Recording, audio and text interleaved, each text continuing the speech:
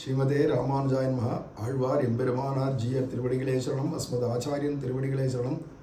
ஸ்ரீசைலேச தயாபாத்திரம் தீபக்தியாதி குணார்ணவம் யதீந்திர பிரவணம் வந்தே ரம்யஜா மாதரம் முனிம். ஸ்ரீமத் கிருஷ்ண சமாஹ்வாய நமோ யாமன சூனவே யத்கடாட்சைக லக்ஷாணாம் சுலவஸ்ரீதர சதா. மண்வீர்காலிங்கே மணவாள மாமுனிவன் பொன்னடியாம் செங்கமல போதுகளை உன்னிச் சிரத்தாலே தீண்டில் அமானவனும் நம்மை கரத்தாலே தீண்டல் கடன். அஸ்மத் ஆச்சாரியன் திருவடிகளே சரணம். இந்த ரெண்டாவது பாசுரத்தில் இச்சுவை தவிர யான் போய் இந்திரலோகம் ஆளும் திருமாலையில் அதுக்கு முன்னாடி அனுபவித்தோம். இங்கே யான் அப்படிங்கிற இடத்துக்கு இவ்வளோ தூரம் நெடுந்தூரம் இருக்கிற வைகுண்டத்துக்கு போய் சேர்ற வரைக்கும் எவ்வளவு காலம் ஆகுமோ அவ்வளவு காலங்கள்லாம் என்னால் பொறுக்க முடியாது. அப்படி இருக்கக்கூடியதான அவ்வளவு வேகம், இப்போவே அந்த ரசத்தை அனுபவிக்கணும், இப்போவே அந்த 6 சுவையும் அனுபவிக்கணும் ஆத்மாவுக்கு அப்படின்ற ஒரு துறை உடையவன், அந்த வேகம் உடையவனாகிய நான் அப்படிங்கிறார். யான்ற இடத்துக்கு வியாக்கியானம்.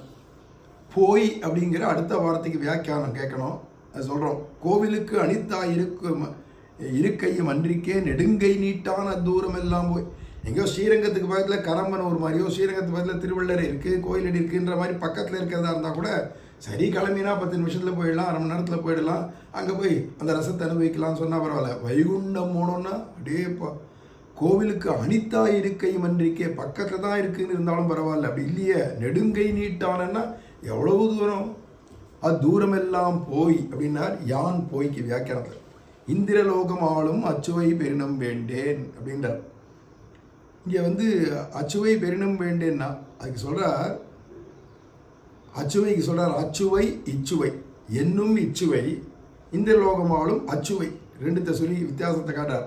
இங்கே இந்திரலோகம்னு சொன்னால் இது வேதாந்தப்படி பார்த்தோமானா எல்லாமே சப்தங்கள் எல்லாமே பிரம்மா இந்திரன் ருத்ரன்ற பதங்கள்லாம் நாராயணனை தான் குறிக்கும். அப்போ இந்திரலோகம் அப்படின்னு சொல்லியாச்சுன்னா நாராயணனுடைய லோகமான வைகுண்டம்னு அர்த்தம். ஆனால் இந்திரலோகம் ஆளும் அப்படிங்கிறதுக்கு நிரவதிக ஐஸ்வர்யயுக்தனுடைய லோகம் அப்படிங்கிறார். இந்திரன்னு சொன்னால் அனவதிகமான ஐஸ்வர்யம் உடையவன், பலவேறு விதமான செல்வங்கள் உடையவன், ராஜா இல்லையா? அதனால ஆனால் எல்லா லோகங்களுக்கும் எல்லா இந்திரர்களுக்கும் எல்லா பிரம்மாக்களுக்கும் எல்லா தேவர்களுக்கும் அப்புறம் வைகுண்டத்தில் இருக்கிற தேவர்களுக்கும் அதிபதி தலைவன் யாருடான அவன் தான் ஒரே இந்திரன், ஸ்ரீமன் நாராயணனா போயிட்டதுனால அதனால இந்திரன்னு பொதுவாக சொல்லிட்டா வைகுண்டத்தில் இருக்கிற பெருமாள். தேவேந்திரன், சுரேந்திரன், நரேந்திரன், மிருகேந்திரன், கஜேந்திரன் அப்படின்னு அந்தந்த கோஷ்டிக்கு யார் தலைவனோ அவனை தனித்தனியாக சொல்கிறது, பேர் சொல்கிறது உண்டு. பொதுவாக இந்திரன் சொல்லிட்டா வேதாந்தங்கள் எல்லாம் வைகுண்டத்தில் இருக்கிற பெருமாளாகிய ஸ்ரீமன் நாராயணனை குறிக்கும். அதனால நிரவதிக ஐஸ்வர்ய யுக்தனுடைய லோகம். ஏன்னா வேதாந்தம் சொல்றது பிரம்மா, சிவன், இந்திரன், அக்னி, யமன், வருணன் எதை சொன்னாலும் வேதத்தில் அதெல்லாம் யாரை குறிக்கணும்னா ஸ்ரீமன் நாராயணனை தான் குறிக்கும். ஆனால் பிரம்மேந்திராதி சப்தங்கள் பரமாத்ம வாசகம் என்கிற வேதாந்த வாசனை தோற்று அருளி செய்கிறார். இதெல்லாம் வேதாந்தத்தின்படி பார்த்தா எல்லா நாமங்களுமே பகவானுடைய.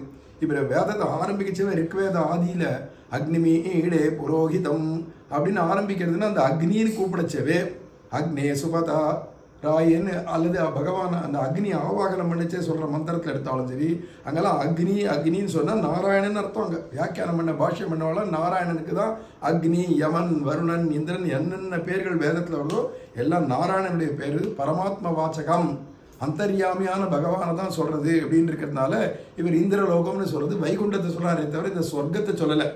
தேவேந்திரன் இருக்கிற சொர்க்கத்தை சொல்ல, அந்த வைகுண்டத்தையே ஆளக்கூடிய ஒருகள் நீ தான் இனிமேல் வைகுண்டத்துக்கு ராஜா, மகாராஜாவே நீர் தான், சக்கரவர்த்திகளே நீர் தான், சார்வபௌமனே நீ தான் வைகுண்டத்துக்கு அப்படின்னு நம்மளை பண்ணினாலும் பட்டாபிஷேகமே பண்ணி வச்சாலும், ஏன்னா ஆழ்வார் நம்மாழ்வார் சொல்லிச்சு ஆண்மென்கள் வானகம் ஆழியான் தமரென்றுன்னு சொல்கிறார் வைகுண்ட யாத்திரையில்.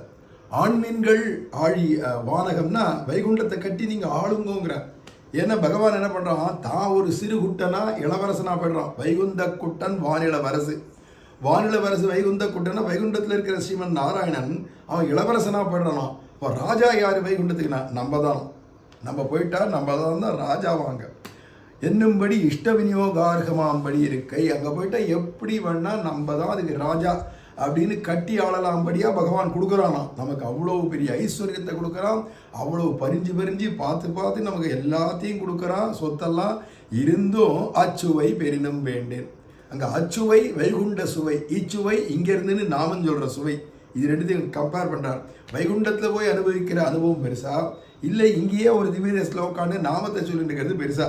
திவ்ய தேசம் தான் இல்லை, எங்கே இருந்தாலுமே சம்சாரத்தில் எங்கேயோ ஒரு மூலையில் உட்காண்டாலும் நாமம் சொல்கிறது அது ஸ்ருதி சித்தம், இது பிரத்யக்ஷ சித்தம்னுட்டார்.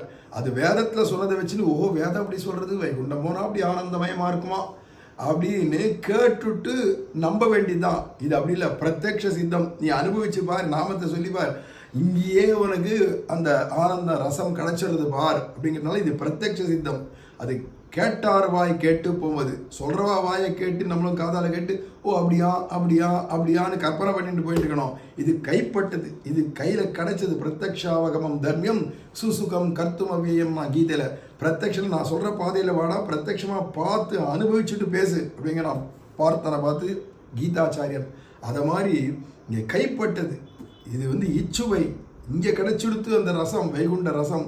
அப்போ எவன் வைகுண்டத்துக்கு போவான் இங்கே நீட்டி முழக்கி? நல்லா காய இச்சசி வைகுண்டனா இல்லையா சொல்கிறா இல்லையா மற்றவனும் பாகவதாலாம். இப்போ யாருக்கு வேணும் வைகுண்டம்? இங்கேயே இதே தான் சொல்ல போகிறார். ஒன்று செங்கன்மால் யான் சொல்வது உன் அடியார்க்கு என் செய்வான் என்று இருத்தினி வைகுண்டின் சிந்தையிலும் மற்றினதோ நீ அவருக்கு வைகுந்தம் என்றருளும் வான் அப்படின்னார் இல்லையா. அப்போ வைகுண்டம்ன்றதை நீ நீட்டி முழக்கி கொடுத்தேன்னா கூட உன்னுடைய அடியார்களுக்கு அதை காட்டிலும் இங்கே இருந்து உன்னுடைய குணானுபவம் பண்ணுறதோ, உன் நாமத்தை சொல்கிறதோ, இதில் கிடைக்கிற ஆனந்தத்தை விட்டு வைகுண்டத்துக்கு யார் ஆசைப்படுவா அப்படிங்கிறார் இல்லையா. வைகுண்டின் சிந்தையிலும் மற்ற இனிதோ வைகுந்தம் அப்படின்ட்டார். அப்போ இங்கேருந்து பகவானை சிந்தனை பண்ணிருக்கிறதோ, இங்கேருந்து பகவானுக்கு கைங்கரியம் பண்ணிருக்கிறதோ, இங்கேருந்து பகவான் நாமத்தை சொல்கிறதோ, இந்த சுவை கைப்பட்ட சுவை பிரத்யக்ஷத்தில் இருக்குது. அது இந்த சரீரத்தோடையே இதை அனுபவிச்சிடலாம்.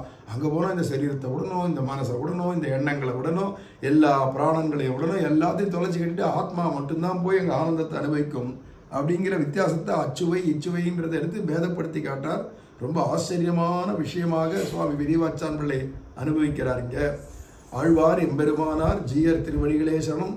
அஸ்மத் ஆச்சாரியம் திருவடிகளே சரணம். ஸ்ரீமதே ராமானுஜாய நமஹா.